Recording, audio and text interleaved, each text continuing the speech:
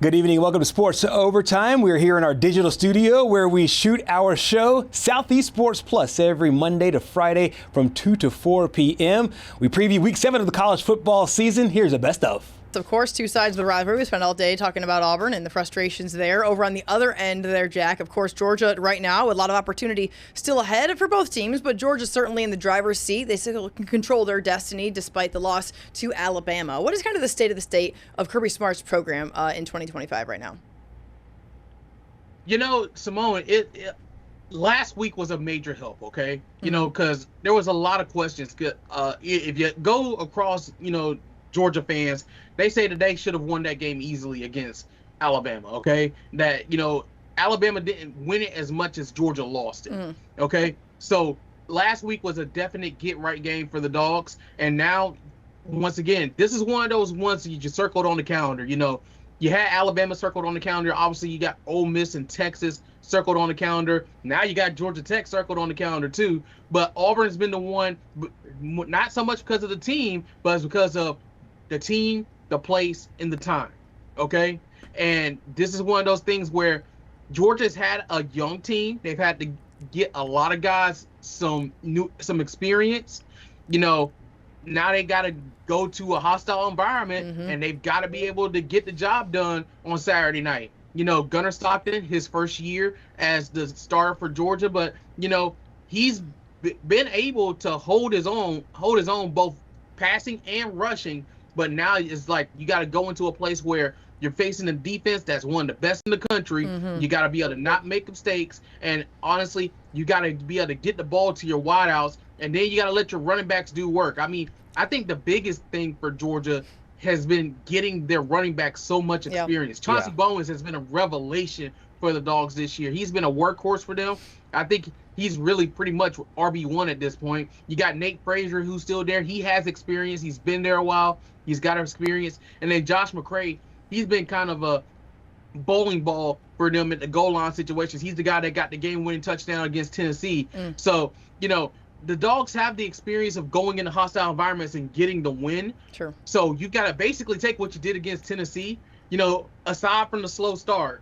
And that's something that they've got to fix, too, is starting slow. We're going to bring in our guy, Scott Griffin from WIAT in Birmingham. Scott, before we look ahead to Missouri with Alabama. Hold on, Simone. Hold on a second. Pete just texted me and said, you look like a slob, Griff, because I had a coat and tie on, and you've got a golf shirt on. You know what? Listen. Can I take that seriously? Or what Pete doesn't know is that we are very laid back on this show, and if I could be in something athletic right now, I would be in a heartbeat. So Patrick has a golf shirt on. Shorts on right now. I got the golf shirt. It's okay. Scott, there you go. See that? I feel better. Listen, already. Scott, I'm wearing tennis shoes right now. Let's just be honest, okay? Like, that is not a lie. I'm wearing tennis shoes. I have a dress on just because they tell me to. So that's where we're at. And it's very laid back out here on Southeast Sports Plus. This time last week I had a Cub shirt on. Yeah, exactly. I mean, listen, Gerhard's wearing a Cub shirt. He forgot his T-shirt for today's game. So, yeah. Listen, we talked more baseball than we have talked about actual football on today's show. Scott, I'm sure you were there in Tuscaloosa. What were your takeaways from that win for Alabama over Vanderbilt? Well, it was payback, obviously. It was an easy deal. And then when Pavia runs his mouth like a clown, it just really makes it easy. Although Vanderbilt really played them pretty well. I thought they played them tough, obviously, there at the end. And the end result of the, difference in points certainly wasn't real because Jam Miller scored that late touchdown. But I thought Alabama played well. They looked like they kept their they kept their it was real for the bettors. Yeah. If you're sitting on a 10.5 ticket like your boy, it was nice. It was very real, Scott. That money's real. That money in his pocket's real. I'll tell you that right now. Right. But, as far as the actual difference in the game, they were a couple of touchdown favorite, and they showed that. I thought they played pretty well. Look, to me, you've heard me talk about it, it's the attempts, right? Yeah. They had the rushing attempts on the road in the game before. And they only had 70-something yards, and everybody made a big deal. Oh, they didn't run the ball good. To me, it was about the attempts because the defense can't they've got to be aware of the run, even if you only get 2 yards. And then, of course, Saturday, Jam Miller has 136, first Bama guy since Chase McClellan, and 23 to get 100 yards. So they had 26 attempts, I think, Saturday, too. So 26 the last 2 weeks. If they continue to do that with the way Ty Simpson's playing, then they give him play action possibilities, this is a difficult team to beat. No question. One of the big things for me was at the beginning of the season, they lost that game to Florida State, and everybody's blasting Kalen DeBoer, and they're saying that, you know, they're drawing these, in my opinion, very lazy comparisons of, oh, well, he's not hard like Saban is, and get on this guys and get. He just stayed on message, and it's been the exact same message, and his tone has been the exact same. What do you make of his demeanor, what he's been able to do during this winning streak, and some of the ways that his team has improved because of it? I think he has stayed the course. I do think he has become hardened, maybe not to his team so much, but maybe from being surprised at the reaction to being 9-5 in his first 14 games from fans. Because, again, until you coach in the SEC and then at Alabama or Georgia or Florida, you just don't know. People can tell you, but you don't know. Now he knows, right? So he's done a us against them kind of mentality, as you guys know, us against the world, you know, keep out all the outside noise. And I think it's working with him. So he has gotten a little chip on his shoulder, in my opinion, from that aspect. Now, to your point, has he completely changed his coaching philosophy? No. Yeah. You know, I mean, he's still going about it the same way. But I think it's been a welcome change for them. And, you know, it's working so far, right? I mean, sometimes it takes some time, Scott, for people. Yeah, sometimes it takes some time for people who aren't from here to realize that "bless your heart" doesn't actually mean "bless your heart." So you have to develop that thick skin pretty quickly, especially when it comes to the fan base, things like that. Let's take a look at these stats here from Ty Simpson, because this is a guy who is now in Heisman consideration. And I think that after the Florida State game, the massive overreaction that we saw there, now he's sitting here. He's been really, really good in moments of great decision making. He had that one interception, maybe getting a little too aggressive there in the red in Tuscaloosa this past weekend. But overall, those are pretty impressive numbers. Look at 11 passing touchdowns, 1,200 yards. I mean, he kind of cemented himself, at least in my mind, he cemented himself in I'm not going to say greatness, that's strong. He cemented himself as he is a very, very good quarterback in that win against Georgia. When you go on the road and you win in Athens, that was such a difficult, hostile environment to play in. I felt good about Alabama against Vanderbilt simply because this guy looked like he was coming into his own. Now a year 3 guy, first year starter, it just seemed as though he was getting more and more comfortable, and he's really, really leading this team in a way where he has confidence too.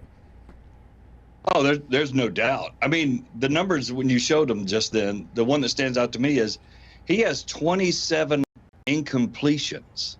That's it. Yeah, that's 27 incompletions. So yeah, he's killing on touchdown interception ratio +10, yardage. But the guy is so accurate with the football, making all the right decisions.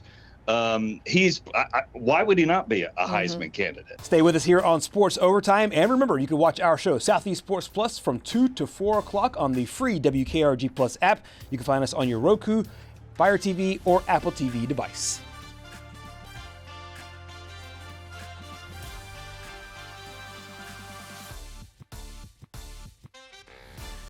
Here at Moe's Barbecue downtown for the 68 Ventures Bowl 1st and 10 Club. Excited to be chatting with Andy Staples of On3. Andy, it's a wild time in college football right now, man. The top 25 poll at week 7 looks completely different than it did when we kicked this thing off.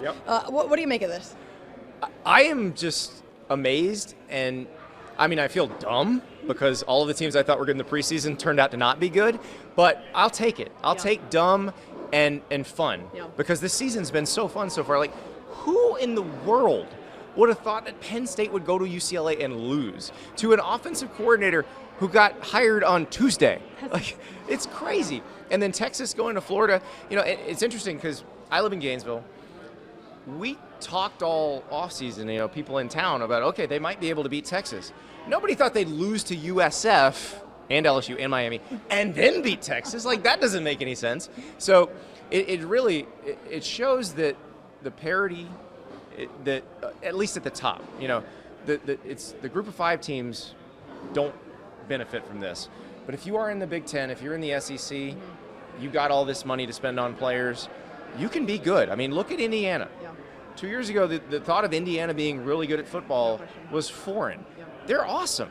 And so in the SEC, you know, I'll give you an example. Arkansas just fired Sam Pittman. And people will say, well, yeah, but you got to play against LSU and you got to play against Auburn and Alabama and Tennessee. And and Texas and Oklahoma. True. But, and I said the same thing on my show, and I had a commenter on YouTube hit me with this on a live show, and he goes, what'd you say about the Ole Miss job when Lane Kiffin was hired? I was like, oh, I said the same thing about the Ole Miss job before Lane Kiffin was hired. And it turns out if you hire the right person, in this era, you can win everything. Yep, you're absolutely right. Andy, I want to talk about the Florida game, of course, against Texas. Is it possible that a receiver entering the chat can revitalize the confidence in a quarterback, can make this much of a difference in what Dallas Wilson was able to present to the Gators offense? Now, everybody in Florida has known about Dallas Wilson for a long time. Guys from Tampa, he was going to Oregon. And also, can we talk about how unfair it would have been if he'd wound up at Oregon with DeCorian Moore? Oh, no. That would have been completely unfair. So, credit to Florida for enforcing a little fairness and flipping him away from the Ducks. Yeah. But yeah, they've been waiting in Gainesville a long time for his debut. It was tough watching him deal with the injury and think, okay, this offense could look completely different if this 6'3", 215-pound freak of nature was on the field. And you saw it with the touchdown he scored down the right sideline where, he catches it, he tiptoes and he spins, and nobody that big should be able to do that without going out of bounds. I mean, if I caught that ball, which I couldn't even catch, but I would have just fallen out of bounds. I would just fallen over. And he's just very nimbly working around people and then taking off and outrunning them. It does make a big difference. Like one receiver, especially when you have some other talented ones, can make a huge difference for a quarterback. Now, it helped DJ Lag with it. That was the best game Florida's offensive line has played all season as well. I want to bring back into in-state here. Alabama gets it done against Diego Pavia and the hoopla and the Johnny Manziel and just everything. The college game day. I mean, college game day, Alabama and Vanderbilt. This really must be 2025. Yeah, we were through Looking Glass. No question. When you look at that game, is Alabama undefeated, 2-0 in the SEC? Does that give you confidence that the Tide is a playoff team, a lock? I mean, what's your thoughts on what that can look like down the line? I wouldn't say a lock, but I'm slowly forgetting the Florida State game and the way they looked in the Florida State game, because they haven't played like that at all the rest of the season. And, we knew they were going to get up for the Georgia game. They played a great game against Georgia. I still believe Vandy's better than they were last season. And I think the way Alabama beat them, it was really impressive. It's not just, you just beat Vandy. It was, no, you took it to Vandy in the second half, and that is a good team that's going to win more games. So, unfortunately for Alabama, their schedule just happens to be really, really freaking hard. And so, now they got to go to Missouri, sleepy 11 a.m. local kickoff, biggest game that's been in Columbia, Missouri in a long time, and they're good. Ahmad Hardy's maybe the best running back in the SEC. Jam Miller may have something to say about that. But we haven't seen Bo Prabula in a big game like this. We've seen him against Kansas and South Carolina, and he's looked pretty good, but this is Alabama. So this is going to be the one. And just where it falls in the schedule for Alabama, because you've had these two incredibly physical games, it's hard to get up every time. And Missouri will have that point in its schedule later, but it gets Bama now after an open date. And Alabama fans, if we go back to like 2010, they remember everybody used to come off an open date against Alabama. It's no fun. But I think this is one, if Alabama can go win this game, I don't even know if they have to beat Tennessee, but it would help if they could. If they go win this game, I feel very confident that they wind up in the playoff. Speaking of coming off an open date, Auburn has an opportunity here, obviously, in a rivalry game. And right now, I think that everyone wants to really know, okay, is this Auburn team going to get things turned around under Hugh Freeze? Do they have the line protection? Do they have a quarterback who can get rid of it and figure out what he needs to do back there? Can you answer any of those questions for me? So this is the most confusing game of the week for me. So Georgia can't rush the passer, can't get any pressure on the passer, and Jackson Arnold holds the ball too long. So you tell me, Simone. Yeah, we have a resistible force versus movable object situation.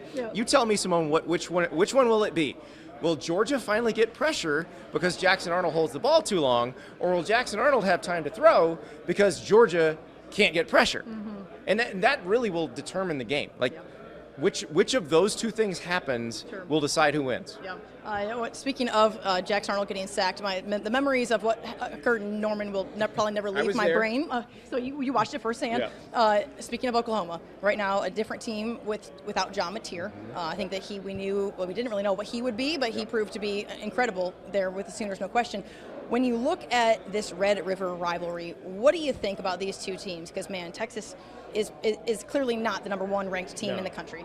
Yeah, it's interesting because I think Texas's offensive line has not been as good as we thought it was going to be. And then obviously Arch Manning has not been as good as we thought. But what surprised me against Florida was how well Florida moved the ball on the ground against Texas. I thought this defense would be able to stuff Florida's running game, and they did not. I mean, Jaden Ball was moving it really well.